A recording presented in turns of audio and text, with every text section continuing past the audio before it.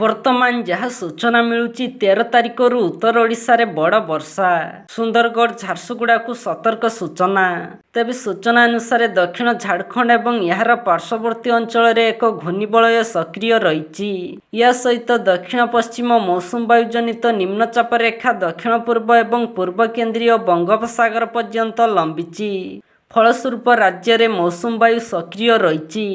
ଶୁକ୍ରବାର ଦିନ ଭୁବନେଶ୍ୱର, ନୟାଗଡ଼, କଟକ, ଖୋର୍ଦ୍ଧା, କେନ୍ଦୁଝର ଏବଂ ଢେଙ୍କାନାଳ ସହ ବିଭିନ୍ନ ଅଞ୍ଚଳରେ ବର୍ଷା ହୋଇଛି। ଭୁବନେଶ୍ୱର ପାଣିପାଗ ବିଜ୍ଞାନ କେନ୍ଦ୍ରର ପୂର୍ବାନୁମାନ ଆସନ୍ତା 13 ତାରିଖ ବେଳକୁ ଆସୁଛି ଏକ ବଡ଼ ବର୍ଷା।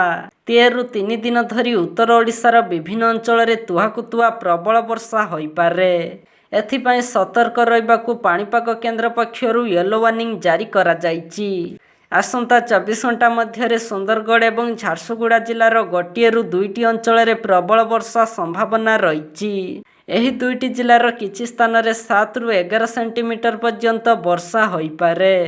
ସେଥିପାଇଁ ସୁନ୍ଦରଗଡ଼ ଏବଂ ଝାରସୁଗୁଡ଼ା ଜିଲ୍ଲାକୁ ପାଣିପାଗ ବିଭାଗ ପକ୍ଷରୁ ୟେଲୋ ୱାର୍ଣ୍ଣିଂ ଜାରି କରାଯାଇଥିବା ବେଳେ ସତର୍କ ରହିବାକୁ ଏସ୍ଆର୍ସି ସତ୍ୟବ୍ରତ ସାହୁ ସମ୍ପୃକ୍ତ ଜିଲ୍ଲାପାଳମାନଙ୍କୁ ନିର୍ଦ୍ଦେଶ ଦେଇଛନ୍ତି।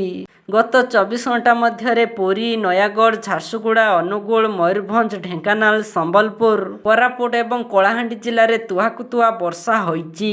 ପୁରୀ ଜିଲ୍ଲା ଅସ୍ତରଙ୍ଗରେ 84 ମିଲିମିଟର ଏବଂ ନୟାଗଡ଼ରେ 79.2 ମିଲିମିଟର ବର୍ଷା ରେକର୍ଡ ହୋଇଛି।